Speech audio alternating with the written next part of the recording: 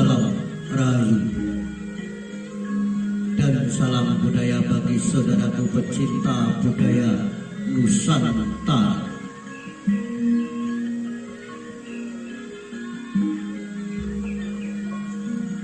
Kali ini kami akan mengangkat sebuah kisah karya Bumi Pusaka yang berjudul sebenarnya tentang fakta perang Bubat.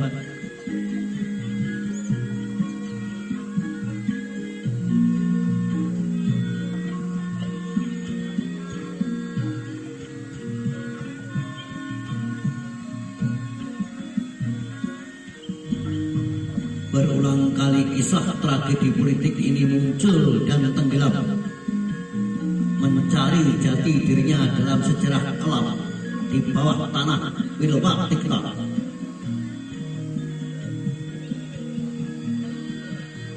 Peristiwa Pasundan Bubat tetap menjadi luka yang belum sembuh.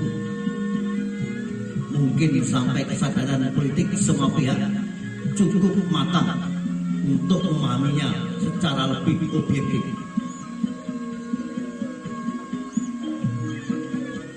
Beberapa tahun lalu ada upaya rekonsiliasi dalam bentuk deklarasi damai di Bandung antara keturunan Majapahit dan Pasundan yang kemudian kembali diulang di Trowulan pada 11 November 2012. Namun deklarasi ini justru menuai kontroversi karena dihadiri oleh pihak-pihak yang mengklaim sebagai Raja Pasundan dan Raja Majapahit tanpa kejelasan legitimasinya. Jika niatnya tulus, tentu ini adalah hal yang baik. Namun jika hanya dijadikan alat untuk menaikkan popularitas pribadi dengan memanfaatkan luka sejarah, tindakan tersebut jelas pantas dipertanyakan.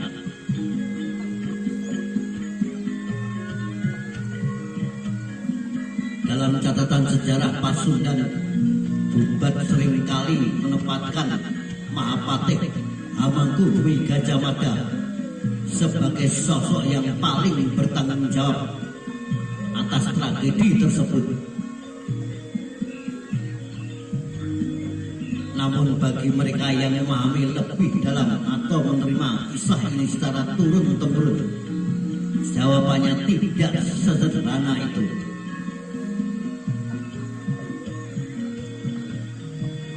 Seorang pemimpin sehebat Gajah Mada yang memiliki loyalitas tinggi kepada rajanya tidak akan bertindak tanpa perhitungan matang. Terlebih karena insiden ini terjadi di dekat ibu kota Wilwatikta Majapahit di bawah pengawasan Nawab Prabu atau 9 raja penentu kebijakan.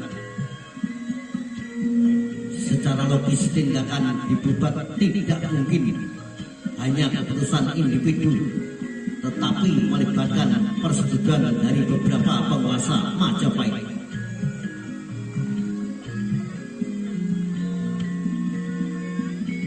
Pernikahan yang berubah menjadi konflik. Menurut berbagai sumber, awalnya pernikahan ini disambut baik. Namun ketegangan mulai muncul ketika utusan dari pihak Pasundan menyerahkan surat berisi 5 tuntutan kepada Gajah Mada yang harus disampaikan kepada Raja Hayam.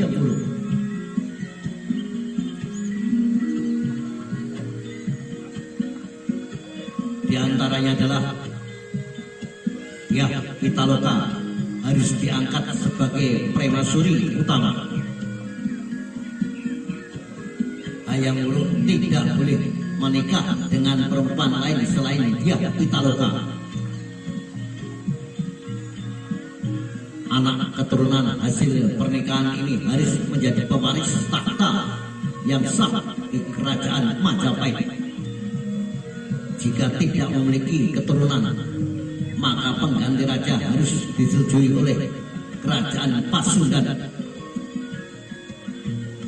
Kerajaan Pasundan tidak boleh menjadi bawahan Majapahit dan harus memiliki kedudukan yang setara.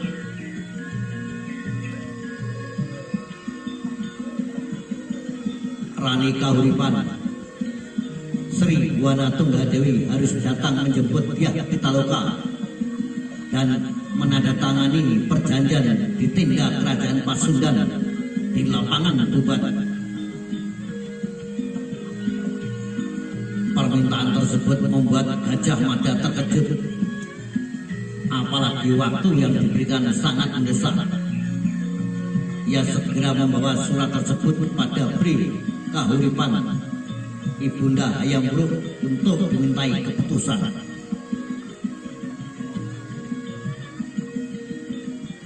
Reaksi sang Rani sangat keras, wajahnya memerah, bukan karena permintaan itu semata, tetapi karena tuntutan tersebut dianggap terlalu berat dan berpotensi membahayakan stabilitas Majapahit. Ia merasa ini adalah upaya menjerat Majapahit dalam ikatan pernikahan yang justru melemahkan kedudukan kerajaan. Terlebih Majapahit sudah memiliki aturan bahwa penerus tahta harus berasal dari garis keturunan Rajasa, dan Hayam Wuruk telah dijodohkan dengan sepupunya Dyah Piyat Raja Dewi.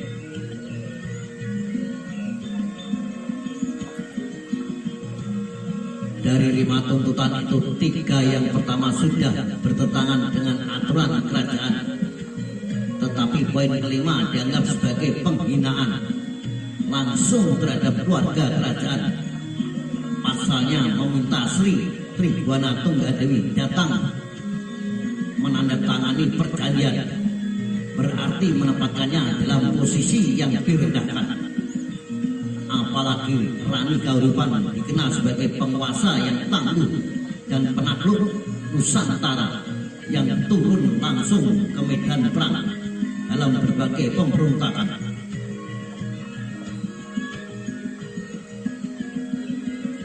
Sadar bahwa situasi menjadi semakin tegang, Rani Kahuripan mengenakan busana perang, bukan busana pesta. Ini menandakan bahwa ia telah mengambil keputusan tegas. Gajah Mada yang memahami maksud sang Rani segera menyusun langkah untuk mengamankan situasi.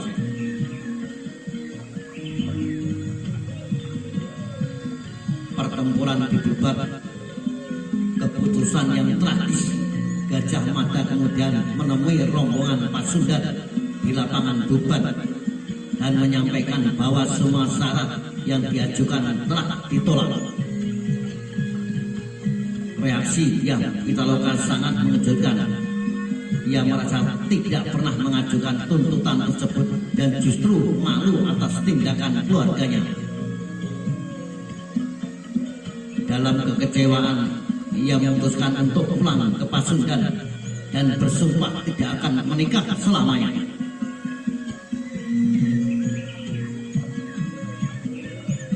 Namun beberapa bangsawan Pasundan menolak untuk mundur. Mereka bersikeras mempertahankan tuntutan tersebut demi kehormatan kerajaan mereka. Gajah Mada yang menyadari bahwa ini telah menjadi konflik internal keluarga mempersilahkan mereka untuk pergi dengan aman hingga ke muara Sungai Brantas. Namun keadaan berubah gratis ketika terdengar jeritan dari dalam tenda. Ketika Gajah Mada masuk, ia menemukan Dyah Pitaloka telah bersimbah darah, diduga bunuh diri karena merasa malu dan kecewa. Amarah-marahnya memuncak dan ia meminta pertanggungjawaban dari pihak Pasundan. Namun justru ia yang dituduh sebagai penyebab tragedi ini. Di luar tenda suasana semakin kacau. Beberapa bangsawan Pasundan menyebarkan kabar bahwa Gajah Mada telah membunuh Dyah Pitaloka. Tetapi Mahapatih bukanlah orang yang mudah dijebak.